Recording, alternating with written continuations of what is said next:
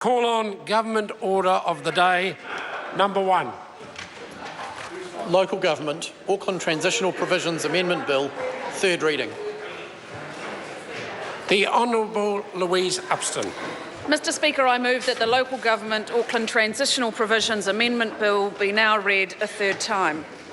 Once again, we recap the purpose of this bill is to provide more flexibility to the Auckland Unitary Plan Independent Hearings Panel to help ensure that it can deliver its recommendations on the proposed Auckland Unitary Plan to the Auckland Council by the statutory deadline of the 22nd of July 2016.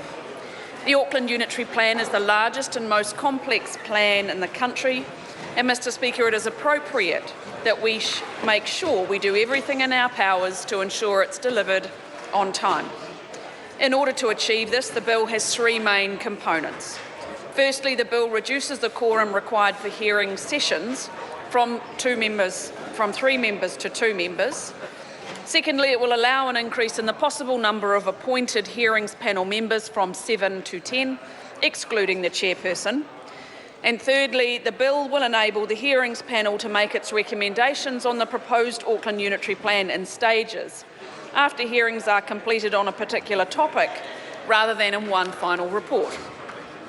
Mr Speaker, as previously mentioned in earlier hearings, this bill represents an important opportunity to enable the hearings panel to continue its good progress and make its recommendations to the Auckland Council by the statutory deadline of the 22nd of July 2016.